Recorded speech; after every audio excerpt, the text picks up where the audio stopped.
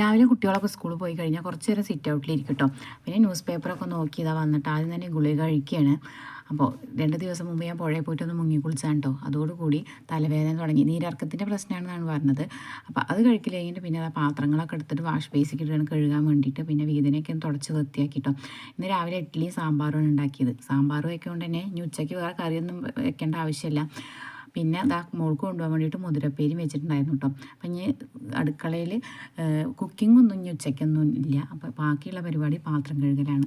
ഞാൻ ആദ്യം തന്നെ അതാ നമ്മുടെ മിക്സിയുടെ ജാറുണ്ടല്ലോ, അതിൻ്റെ അടിയിൽ ഇങ്ങനെ പൂപ്പൽ പിടിച്ച പോലെ ഉണ്ടായിരുന്നു കേട്ടോ. അപ്പോൾ അതൊന്ന് നല്ലപോലെ കഴുകി വൃത്തിയാക്കിയിട്ട് വെയിലത്ത് കൊണ്ടുപോയി ഉണക്കാൻ വേണ്ടി വെച്ചിട്ടുണ്ട്. പിന്നെ പാത്രം കഴുകൽ കഴിഞ്ഞു കേട്ടോ. പാത്രം കഴുകൽ കഴിഞ്ഞപ്പോൾ ഞാൻ ആ പാത്രം കയ്യോടെ കൊണ്ടുപോയി വയ്ക്കുകയും കൂടി ചെയ്തു. പിന്നെ അവിടെയൊക്കെ ഒന്ന് തുടച്ച് വൃത്തിയാക്കി നമ്മുടെ വാഷ് ബേസൊക്കെ നല്ലപോലെ ഒന്ന് കഴുകിയിട്ടുണ്ട്. പിന്നെ ദാ നമ്മളവിടെയൊക്കെ തുടച്ച ആ തുണി ഉണ്ടല്ലോ, അത് ഞാൻ കുറച്ച് ഹാൻഡ് വാഷ് വെച്ചിട്ട് നല്ലപോലെ ഒന്ന് കഴുകി പുറത്തിട്ടിട്ടുണ്ട് കേട്ടോ. എനിക്ക് നനഞ്ഞ തുണി എടുത്ത് അത് വേഗം കഴുകിയിട്ടില്ലെങ്കിൽ ഇതുപോലെ ഉണ്ടായിരിക്കും. പിന്നെ ഞാനൊരു ഉണങ്ങിയ തുണി അവിടെ നിന്ന് എടുത്തിട്ട് വന്നു. പിന്നെ അടുക്കളയൊക്കെ ഒന്ന് തുടച്ച് വൃത്തിയാക്കും കൂടി ചെയ്തു കേട്ടോ. എല്ലാവരും രാവിലെ തുടച്ച് കഴിഞ്ഞതാണ്. പിന്നെ അടുക്കള വൃത്തികേടായപ്പോൾ അടുക്കളയും കൂടി ഒന്ന് തുടച്ചിട്ടു. ഇനി വേറെ പ്രത്യേകിച്ച് പണിയൊന്നുമില്ലല്ലോ. അപ്പോൾ പിന്നെ ഞാൻ ഏകദേശം പണിയൊക്കെ ഒരുങ്ങിയപ്പോൾ അത് മടാളൊക്കെ എടുത്ത് ഇറങ്ങിയിട്ടുള്ളത് കുറച്ച് ചെടികളൊക്കെ ഒന്ന്